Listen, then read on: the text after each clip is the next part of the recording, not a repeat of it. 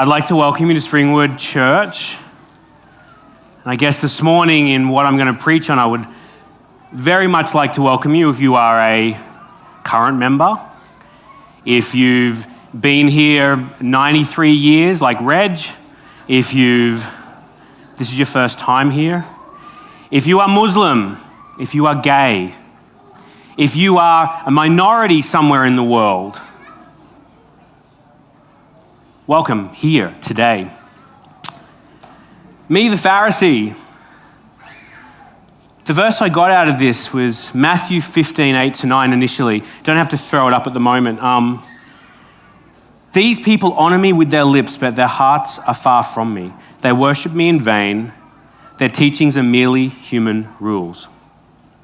Dear Heavenly Father, please be with us today as we try and open your word and learn a little bit more about how you would interact with people, how you see people, and help us to go away thinking about how we can interact in our community, in our world around us. This is a topic that we've been doing a little bit in the lesson for you guys who've been doing the lesson over the last little while, and I'm passionate about this topic. It's something I find very, very dear to my heart. I've grown up in an Adventist world, complete Adventist ecosystem. So for those of you who have been, you were born, I was probably born in an Adventist church. I'm pretty certain Mum gave birth to me, in the church. I'm that Adventist. And my parents both worked for the church. Mum worked at the conference office her whole life. Dad worked for the church at different times. We went to church schools. We've been to church our whole life. And you get very caught up in your Adventist world. Adventist friends. Growing up, we didn't have any non-Adventist friends as kids, my brother and I.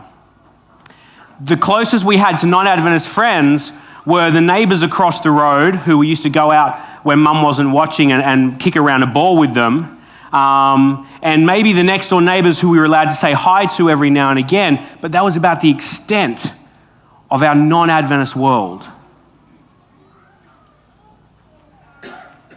If Jesus walked into this church right now, literally walked in and started walking down the front, what do you think he would think about our worship service today? What do you think he would think about what I'm wearing, what you're wearing? How we do things, the music, the lights, the stage, the speakers, the microphones, and everything about it. What do you think he would think? And more of a question, if you put yourself back in Jesus' time, go all the way back. You're sitting there, and this is the image I've been using, but you're sitting there and Jesus is up the front. He's talking to groups of people. Who are you in those groups of people? Really ask yourself the question, who are you back in the time of Jesus? I don't want to put your hands up if you think, you're a particular person, especially if you're a prostitute. Let's not tell everyone. Or, if you're a tax collector, maybe. But think about the kind of person you'd be. Who do you relate to the most out of the gospel? And it's been mulling in my mind for a few weeks, knowing I was going to preach, and I kept asking myself, who would I be? And I kept coming back to the same person every time. The Pharisee standing there in front of Jesus, giving him this look of disdain, because I would have been one of those people brought up in the Jewish religion by very Jewish parents. I would have been schooled very well by the Jewish rabbis. And I would have seen Jesus walk into my temple dressed like he was dressed. Not wearing all the finery and not doing all the good things, not saying the right words. He would have walked in and I would have thought to myself, I saw him yesterday. I saw him with her. Or I saw him yesterday and I saw him doing this. He touched somebody that was unclean. How can he dare walk into our temple today and tell us about what God thinks? I don't know if anyone else out there would see themselves as the Pharisee, but it was a really I guess you've always thought that if you were there and Jesus was talking to you, preaching to you, that you would want to be one of those disciples, one of those people sitting around, somebody down the bottom there just staring up in amazement at what he was saying. And instead, I see myself standing there thinking about all the wrong things he's doing. And it's Jesus himself. You know, we grew up, as I said, in an environment, and I've told you before in other sermons, you know, Wynnum Church just molded me so much from being such a small church. But I also saw mum and dad take on 20 different roles in church in the same given year. Head elder, deacon, treasurer, running the Sabbath school, ushers, welcoming, preaching, taking the Sabbath school lessons, running the sound at the back, up the front doing things. So we came into this environment where you just did stuff. You got into church and you did it.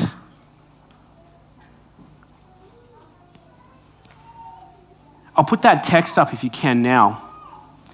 These people honor me with their lips, but their hearts are far from me. They worship me in vain. Their teachings are merely human rules. Weren't the Pharisees just trying to do the right thing? Why did the Jewish community at the time, the Pharisees especially, have all of these rules and regulations? Where did they come from? Not rhetorical, you can answer. Why did they have all of these rules and regulations? What was the purpose of them? Where did they come from? Why did they start having them? Anyone willing? Sorry? Interpret the law. Yes. Tradition.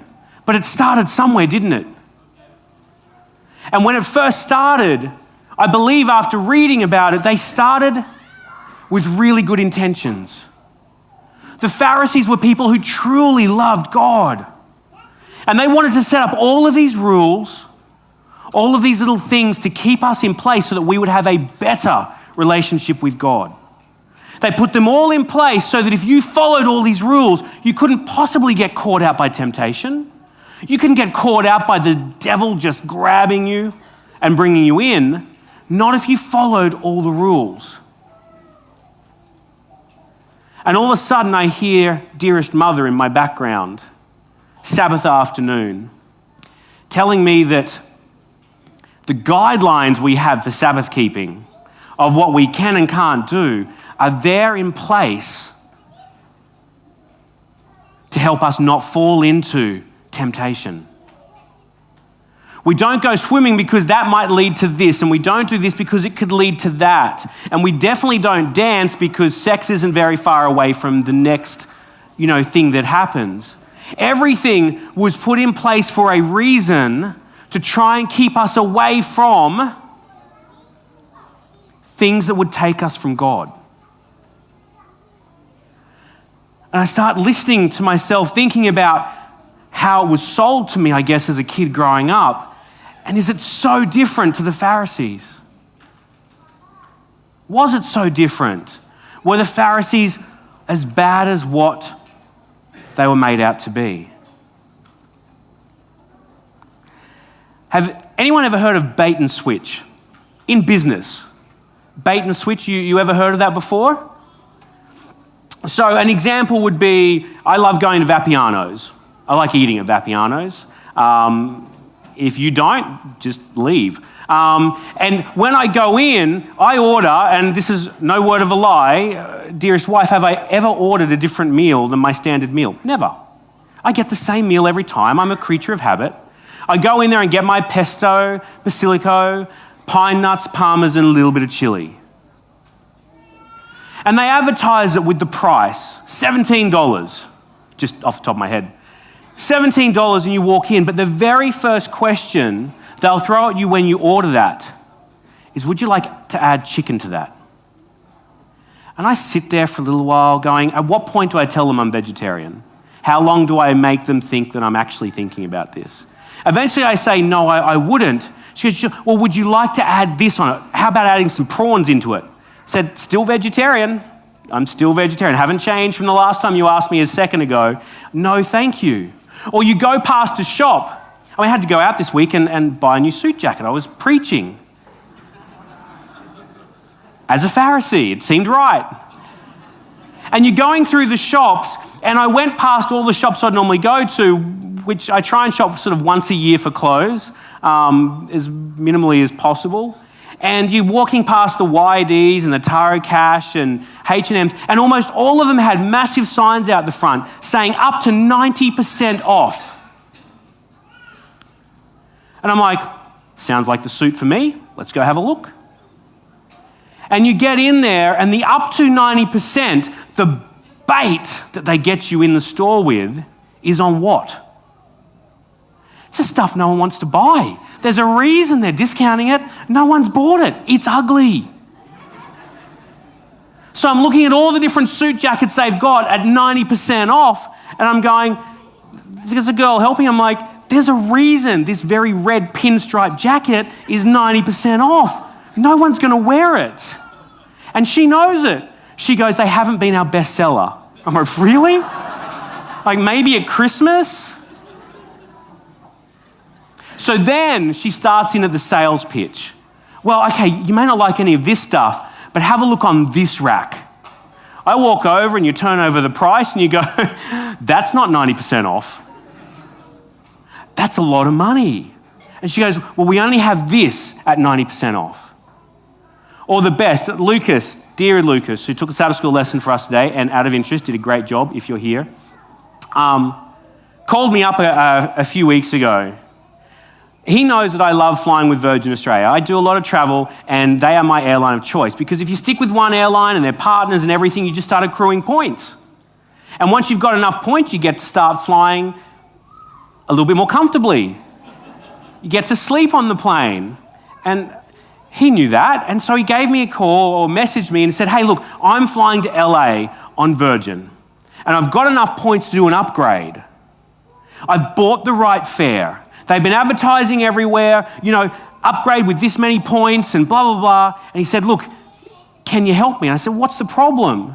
And he said, well, I've bought the right fare because already you find out from an airline that you can't just buy any fare and upgrade it. It's got to be the right fare to upgrade it. Not the cheap red fare, but it's got to be the expensive flexi fare if you want to use points to upgrade it. So he got a good deal on it, saved himself some money, got the right fare so that he could use his points and fly in business class on the way to the US. Then when he calls them up to do it, they say, well, sir, you're right. You've got the points, you've got the right fare class this time, but we only allow gold and platinum members to actually do it. So if you know of anyone who might be gold or platinum, give them a call and see if they can help you do it. Message to me. Thanks, Lucas. Sure, no problem. So he says, look, I'll transfer you my points. By the way, thank you. They're still in my account. Transfer you my points, which he did. You call them up and do it. I said, no drama. So he transfers me the points. I'm sitting there, I'm looking at my balance going, yep, they're all there. I can trust him now. I'll give them a phone call and let's see what we can do. So I call them up. We're in the right fare class now. We've got the points in the account. We're a platinum member. What can go wrong? And of course, they come back and say, look, everything's right. It's fantastic, but we don't have any seats available for the upgrade. I'm like, I'm looking. I part own a travel agency. I can see the seats on the plane. I know you've got seats available on it. And they go, none that can be upgraded. They're just there for sale. The bait and switch in trying to get you in by offering so many promises, so many great things. And then when you actually go through the fine print, or when you actually start trying to do it, you find out that there's all these different hurdles for you to actually get what you're after. In case you're wondering, no, he's not flying business class at the moment, and yes, I have an extra 50,000 points in my account. Hopefully, things will change and I'll open up some seats for him. And the most classic bait and switch, marriage.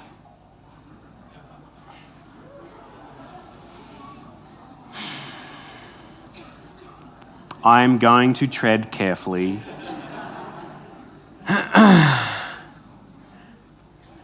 marriage, relationships in general. The classic bait and switch. We're off tonight to Brad and Talisa's engagement party. Congratulations. Well done, Brad, can I say? Talise. We're going to their engagement party. You know what? Before you get married, how's your relationship with somebody? While you're dating, how is it? Would you drive to the other end of the world to see them? You're in love. Of course you would. You shower extra times in a day. You make sure deodorant is put on. You're constantly walking around going, just to make sure you're in peak condition for your future mate. You want the best of the best for them and they want it for you, and you wear your finest clothes and you go out to the best places for your date. You spend as much time as you possibly can with them. 12 years ago this month, I had the most interesting and my very last first date. That makes sense. Emma and I had never dated before. And look, to be completely honest, she'd been super keen for a long time.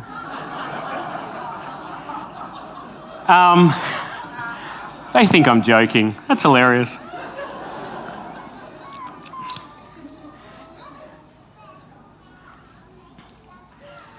She'd convinced my best friend to get me on one date. One date was all she wanted. Just to see if I was who she thought I would be, and to see if maybe I had some form of attraction to her. And after quite a few no's, I said yes.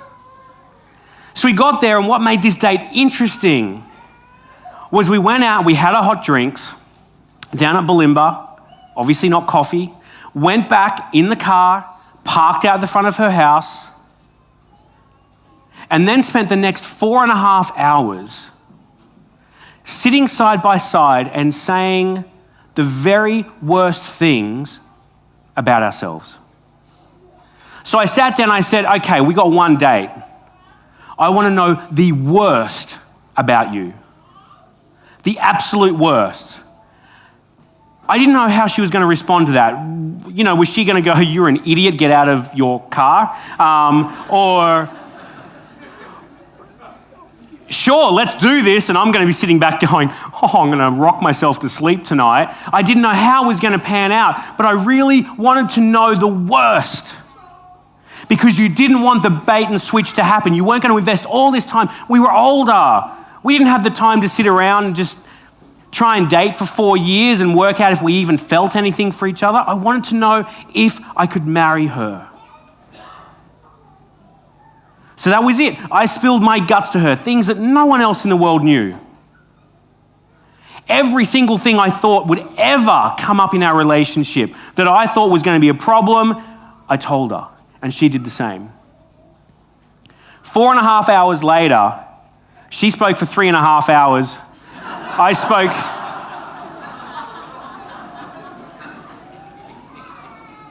We're sitting there exhausted, mentally drained from what you just exposed of yourself, given to this other person who you've never gone on a date before.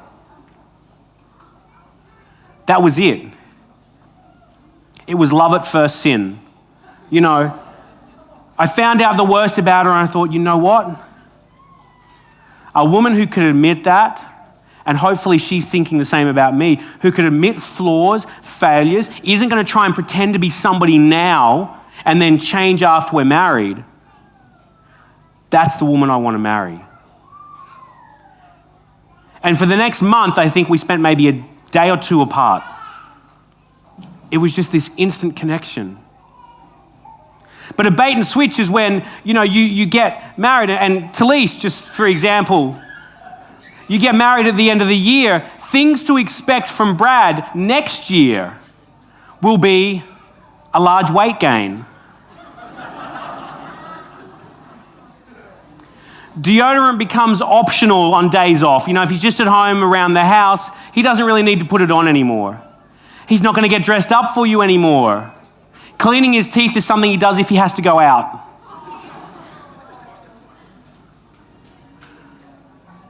The classic bait and switch. Religion. Religion is seen by so many people outside of these walls and inside as a classic bait and switch. So often we are so welcoming of anyone who walks in those doors, and that is a great thing. You can walk through these doors looking however you want, drinking whatever you want, puffing on whatever you want, saying whatever you want, going wherever you want, and we say to you, with all sincerity, you are welcome here. There is nothing in this world possible that you have done, said, or anything that will stop you being allowed to walk through these doors, sit down, and say you want to listen to something about God. The trick comes when that person who's now come into this welcoming environment, this loving environment, saying, we don't care what you do. We don't care about your lifestyle, your preferences, or anything like that. We want you here because Jesus would. Is can we maintain that once the person starts coming here for a while? Once that person has been coming to church for a month, 6 months, 12 months, 10 years, at what point do we expect a conversion to have happened inside of that person so that they will give up smoking? Or so they will give up certain things in their life that don't really fit into the standards we have as a church? And there are some people out there, I know for a fact from talking with them, think that it's a classic bait and switch where they've been drawn in because of and not just this church, I'm not talking about Springwood, I'm talking about religion in general, get drawn into something, a promise of something so great and so amazing. This God who will love you no matter what. But then once you're in, all of a sudden, you start seeing a few more things you didn't know exist in the first place. A few more rules and regulations and standards and things that you've got to try and mold yourself into, almost if you want to be loved by God now. Can we put up the next? Matthew 23:23. Woe to you, teachers of the law and Pharisees, you hypocrites! You give 1/10 of your spices, dill, mint, cumin, but you've neglected the more important matters of the law, justice, mercy, and faithfulness. What's Jesus saying here? Again, talk. What's he saying? What are these Pharisees doing at the moment? What are they being so conscientious about doing? Rules. He said they're going through, and you can imagine these Pharisees literally with sets of scales in their homes, getting their spices out and doing it to the absolute 10%. As I've said before, that whole sort of running through Coles at 5:58 on a Friday afternoon going, I've got 30 seconds left and I'm going to become a pumpkin. Let's move this thing. You get to the line in front of you and you're like, guys, do you know I'm an Adventist? I need to go first. Can I just get through here? I need to get home. But these Pharisees are weighing up everything perfectly. Excuse me. And what does Jesus say to them? He says those things are important. He says that in the next verse. He said tithing is an important thing, but you're so caught up on doing that so perfectly, weighing out every single bit of spice you've got to exactly 10% of your total stash, that you've forgotten so many massive things. There's an old preacher about 50 years ago. His name was Donald Barnhouse. He had this awesome illustration once. He asked the question of, what would your city look like? What would Brisbane look like if Satan took over our city? His answer was very unique. He said, I see a city that would have all bars and places like that shut down. I would have a place where there would be no theft.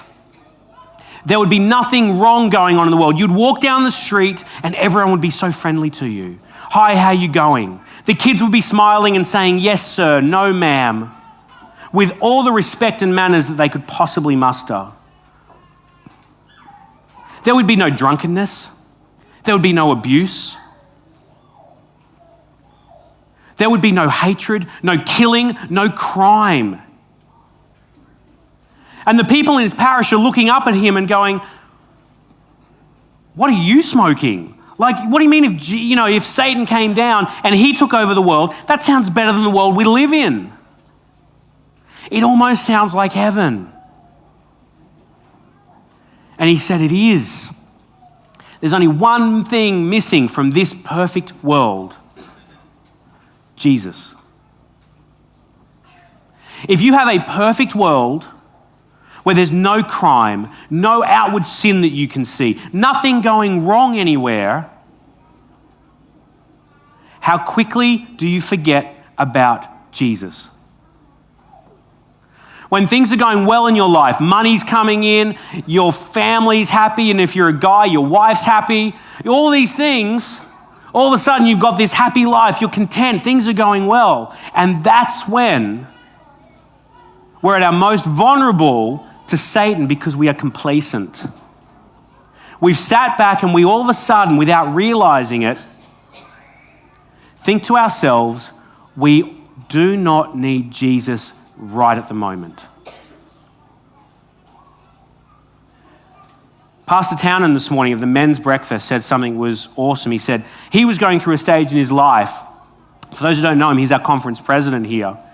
He said he's been through stages in his life where he really felt like he wanted God to sort of be there as long as he was off to the side, not interrupting what he wanted to do. So you wanted God to be around, just not sort of interfering in your actual life.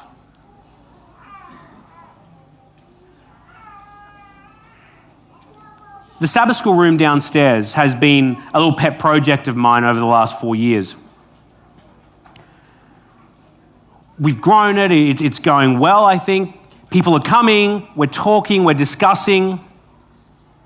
And over that time, I've had this burning desire to try and fix the room up, because we took it over and we had great seats that had been donated and fundraised for, but we had carpet that had been here since, I won't name anyone else, but a long time. It was stained and everything. And I kept saying, what's going on with this? Every week we'd come in and I'd talk to my lad and say, look, I would take photos and send it to him. I'm like, here is a massive 1 meter diameter stain on our carpet that was not there last week when I photographed it. Where's that come from? Every week something would be broken. We'd have broken glasses. We'd have moldy coffee cups with milk sitting in it that had been there for a week and sitting in a very hot room. And I'd get in there Sabbath morning to sort of set up and open up, and it would just be gross. And I would say, what's happening here? This is our Sabbath school room. This is where we go and worship God. This is where we talk about God. What is going on? And we realized after a while that it was Alcoholics Anonymous on a Wednesday night who come and use the room to run their meetings. And I went, okay, well, let's start changing things then. Let's put up a photo out the back of how they should leave the room when they finish with it, so it's ready for Sabbath.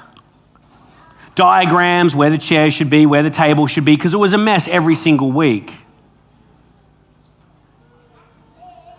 And then over the last year, I've been 3 times. No, I'm not standing up here admitting I've got a problem, but I've been.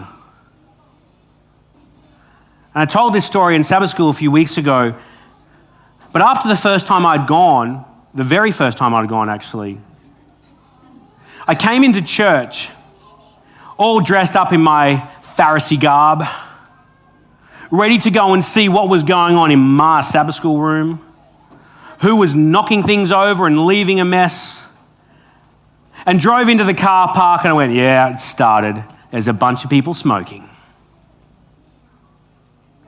got out of my car, parked a little bit distance away. I didn't want them, touching it. What if the smoke got into the tires? And walked in. Within 1 second of putting my foot into that door, this massive man mountain came over to me. And he was somebody who, if Jesus told a parable, the Levite and the priest would have gone around him because they would have been petrified of him. And he came over to me, black leather jacket. I will never forget this. Black leather jacket, tattoos up and down the arms, big goatee, a head like my father-in-law. And he came over to me and he said, "Hi, my name's Bob. How are you?" I went, "I'm good, thanks, Bob. How are you?" He says, "I'm great." He said, "Welcome. Great to have you here. Come in, have a seat." I went, "Thank you." Before sitting down, I would have had another 6 or 7 people come over to me, almost like they wanted to give me a hug, but to come and shake my hand, this big sort of shake of the hand by these big guys. I said, "Welcome, come in, have a seat. Can I get you anything? Coffee? Cigarette? Do you want anything?" I went, "I'm good, thank you. Thank you very much." I walked out of AA that night. I didn't say the whole thing. I stayed for about an hour. I left.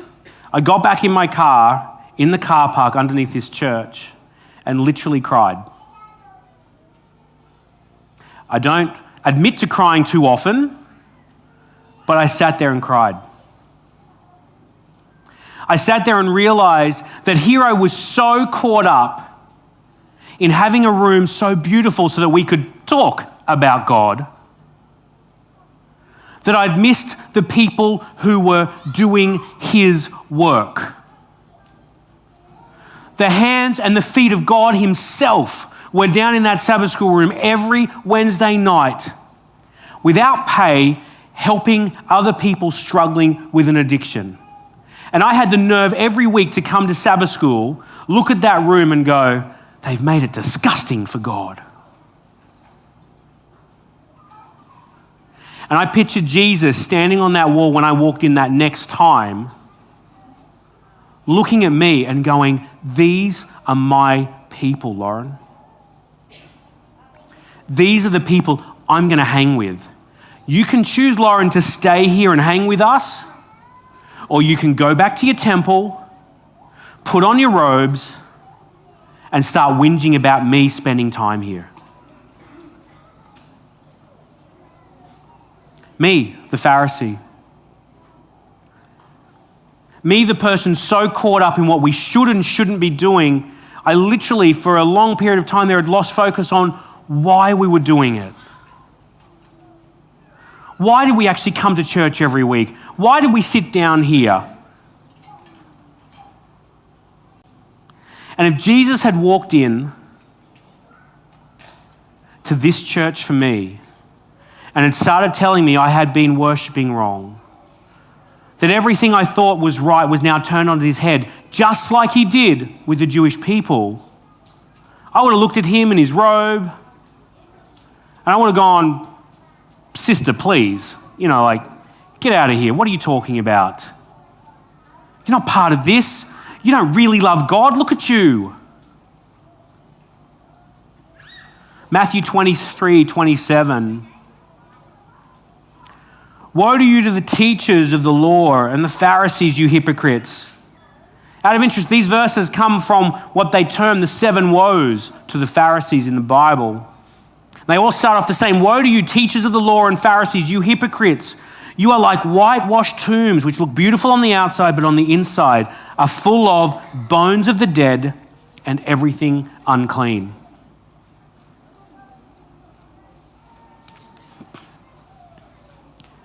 So often when I was growing up, we'd been told the church was like a hospital, wasn't it? Have you ever heard that? Church is a hospital. Church is a place for sick people. If you're perfect, why the heck are you here? Why do you need to be here? Go home already. Save yourself a few hours on a Sabbath morning and sleep in. But we've always been told church is a hospital. It's for sick people. It's for people who know they've got problems in life and they need help and they're coming to see the great physician. But instead, I get to church and you look around and truly think about this. Do you really see sick people when you look around? Or have we all got such a perfect facade on that we see people who are very healthy? People who don't need anything more.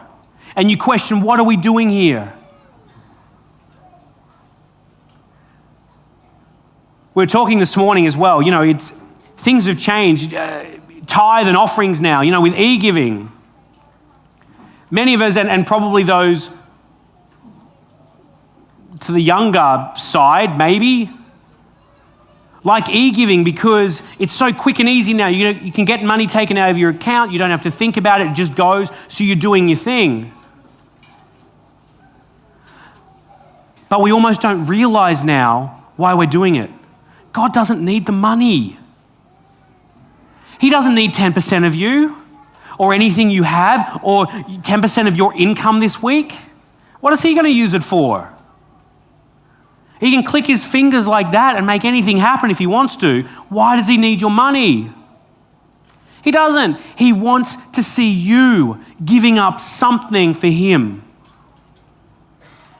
And I almost think we're starting to lose that a little bit now because I don't even think that I've given offering or tithe this week. I have, I'm pretty certain, unless Commonwealth Bank has messed it up. But I should have given offering and tithe this week. And I didn't even think once about it. And now, when they hand out the baskets around here, you hear murmurs everywhere of, I e-give. Because you don't want people to think you're not actually putting money into the offering anymore. So you're like, I e-give, it's okay.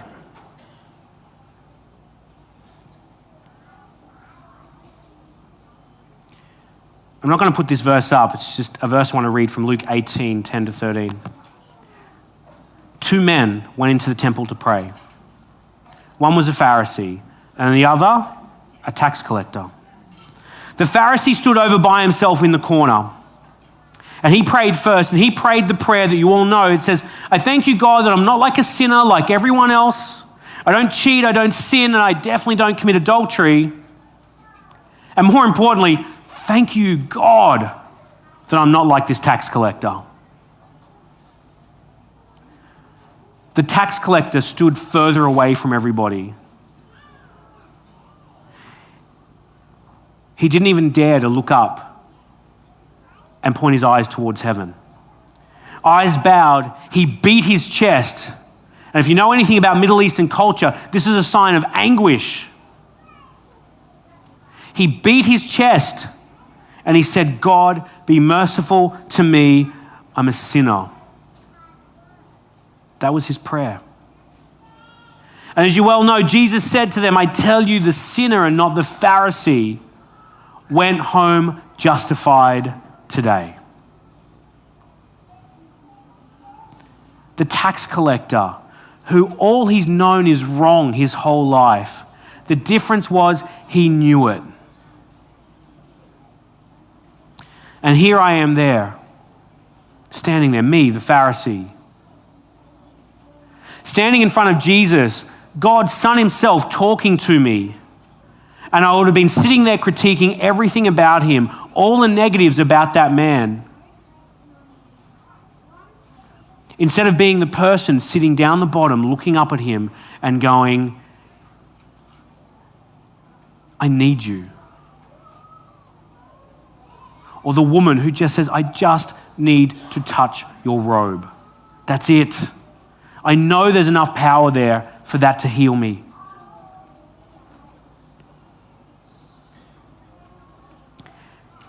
So my question for me today was, how do I become more like a tax collector?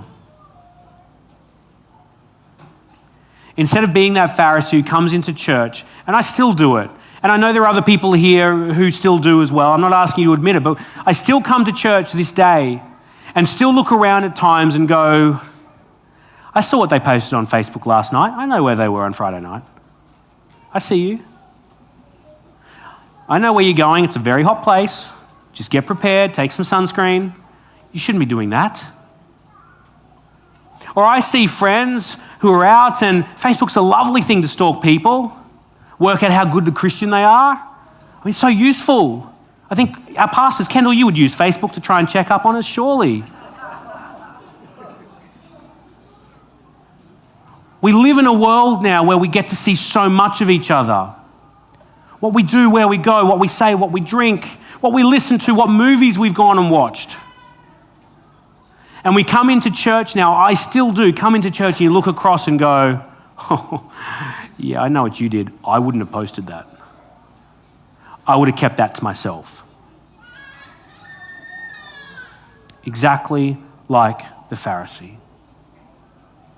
Jesus, in so many verses, said about those Pharisees, you guys are so, like the whitewashed tombs. You look so beautiful on the outside, like you're perfect. You read the scriptures perfectly. You say the right things. You meet and mingle with the right people. You have to wash your arms all the way up here every time because tradition says if you don't, you're unclean religiously. And they called Jesus up on that when he went in one day and he started eating without washing his hands. And they said, you can't do that. You're breaking God's law. And he said to them, you guys have no idea about God's law. You have no idea about the compassion and the mercy of that law.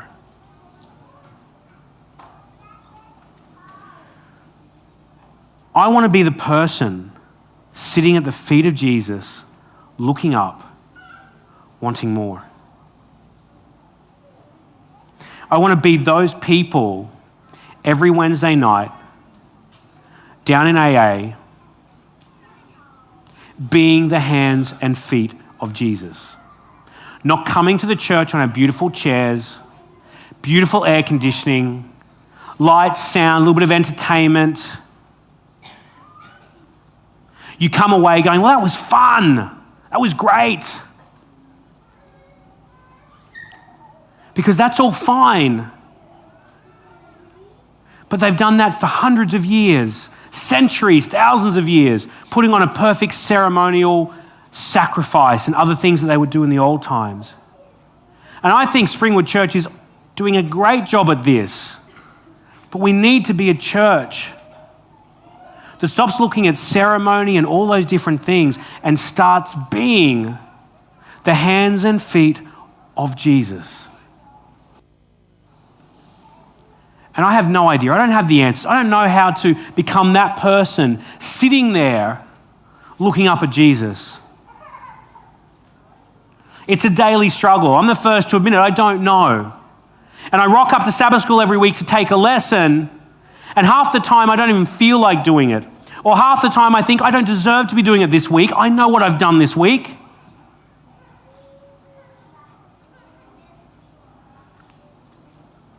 And the thing that keeps me going is knowing, you know what? I really think that Jesus looks down and hopefully looks inside of me rather than the exterior. Sees that I want that, I just sometimes don't know how to get to that. So how do we, this week, become the person who knows they need Jesus?